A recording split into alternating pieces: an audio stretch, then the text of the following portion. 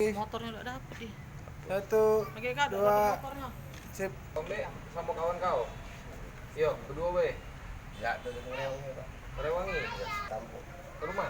Tidak. Ke rumah dulu apa langsung ke tempat penampungan? Tempat ini langsung bakar, Bu. Langsung dibakar. Dibakarnya di mana? Di rumah? Bakar di jalan. Di jalan. Di lorong. Baca apa? Pisau. Besar itu. Hah? Pisau. Oh, besar dulu. Pakai pisau. Pakai cutter itu udah. Iya, iya. Mana satu? Habis dibakar, baru kau ini Jual. jual. Kemarin jualan pasar. Jual apa? Jualan. Berhasil mengamankan pelaku 363 KUHP ya, pencurian dengan pemberatan, yang mana kejadiannya sempat viral di media sosial pada malam hari. Jadi sebelum 1x24 jam Polsek Hilir Timur 1 berhasil mengamankan pelaku tersebut ya.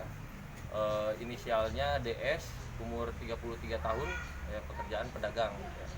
Jadi dia melakukan dengan kawannya ya pada malam hari mencuri kabel Telkom ya. Kemudian dia buka kabelnya ya, dia bawa ke rumah, baru dibakarnya ya tembaganya, dan kemudian dijualnya ke penampung ya, dengan harga 500.000.